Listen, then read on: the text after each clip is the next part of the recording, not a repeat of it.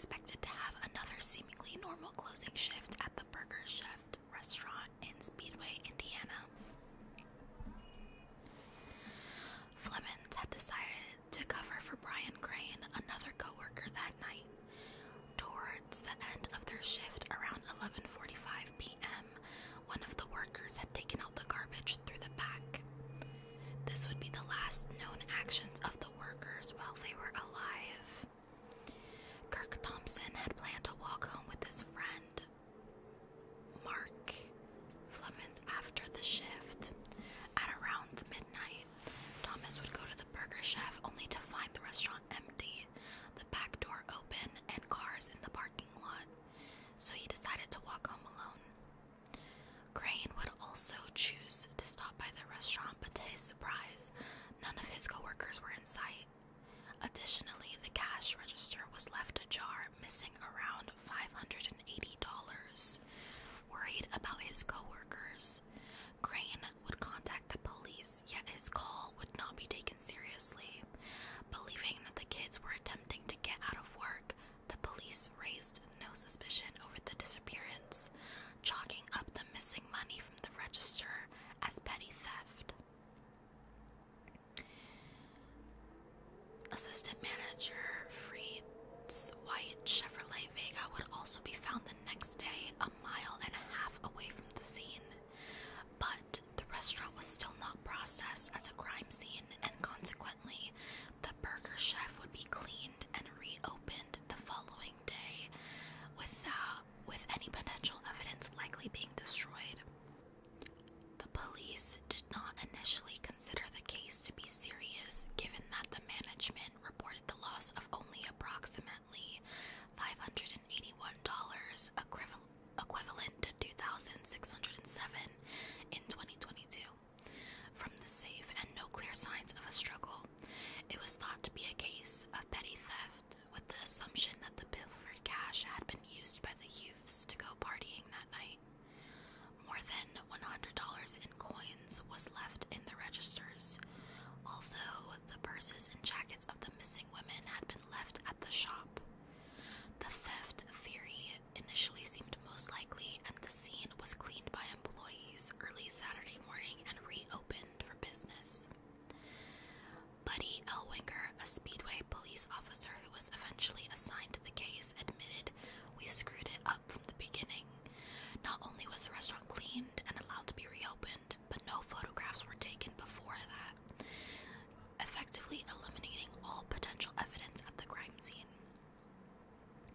When the four of them did not reappear the following morning and Free's Chevrolet Vega was found partially locked in town, concern began to grow.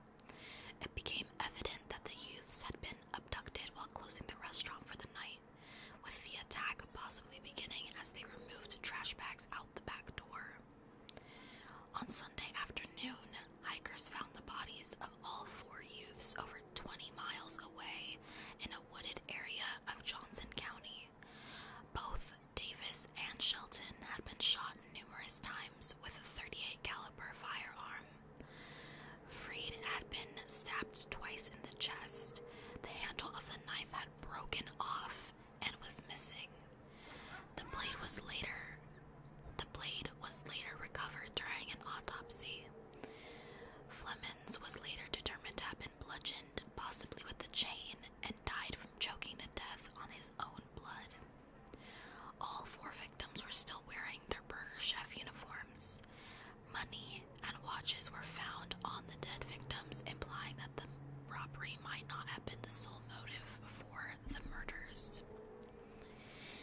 The leading theory of investigators had been that the four victims were kidnapped during a botched robbery. Possibly after one of the victims recognized one of the perpetrators. Flemons was covering for another employee's shift that was not scheduled to work that night, leading investigators to speculate that perhaps he was the one who recognized the killers, since they had not planned on him being there. On the night of the murders, a 16-year-old eyewitness saw two suspicious men in a car outside the Burger Chef just before closing. Both men were white and in their 30s. One man had a beard, the other was clean-shaven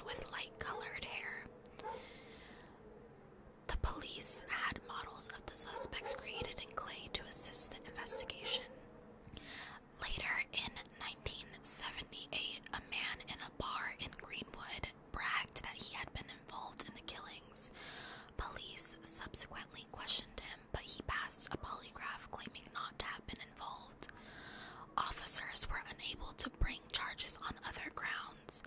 The man provided the names of others who he suggested belonged to a fast food robbery gang, whom investigators suspected may have been involved in the case. While following up on these leads in Franklin, officers spotted a man who bore a strong resemblance to the bearded man composite. Summoned for a lineup, the man shaved his beard, which he had had for the previous 5 years the night before he was to appear. A neighbor of his who had not been named by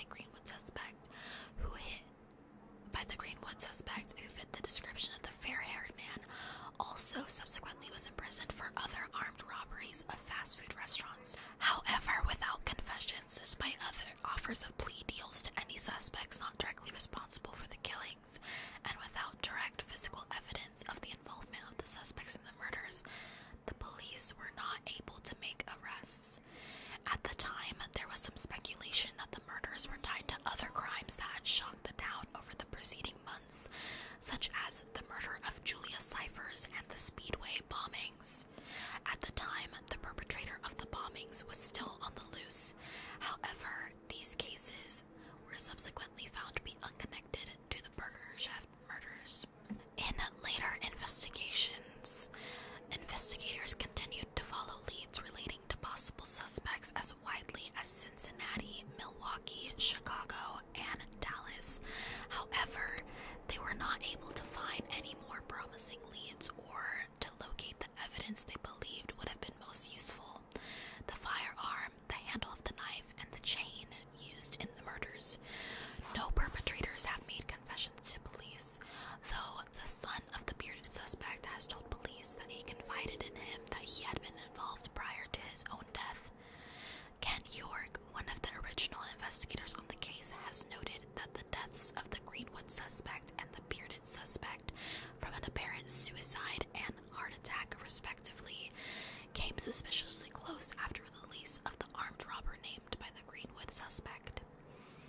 In 1984, Detective Mel Wilsey of the Marion County Sheriff's Department received a call from Donald Forrester, an inmate at the Pendleton Correctional Facility. Forrester claimed to have been involved in the murders and was willing to confess in order to avoid his scheduled transfer to a notoriously violent state prison. Wilsey received a court order to bring Forrester to Marion County, where he confessed to shooting Davis and Shelton. He then led police to the crime scene in the woods, where he accurately described the location and position of the bodies when they were found. He also knew about the broken handle of the knife, which was not widely publicized. According to Forrester, Freed's brother James owed money on a drug deal, so he and 3 other associates had gone to the restaurant to threaten her. But when Flemons intervened to protect Freed, a fight broke out during which Flemons fell and hit his head on the bumper of a car. Believing he was dead or dying, Forrester and his accomplices decided to abduct and kill all the employees to eliminate all the witnesses to their crime. Forrester claimed to have shot Davis and Shelton and gave the names of 3 men he claimed were responsible for killing Flemons and Freed.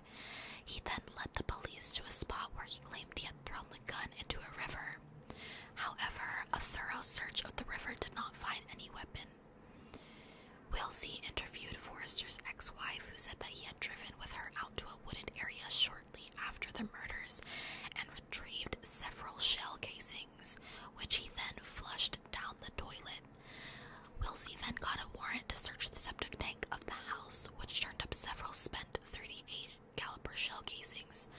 However, after someone within the sheriff's office leaked details of Forrester's cooperation, he suddenly recanted his confession and claims it was coerced. With no further cooperation from Forrester and no direct evidence proving he committed the murders, Forrester was never charged. He died in prison from cancer in 2006 at age 55. Despite thousands of hours of police investigation, as well as Burger Chef offering a reward of $25,000 to anyone who would capture the murderers or provide information about their whereabouts, the attackers were never prosecuted, and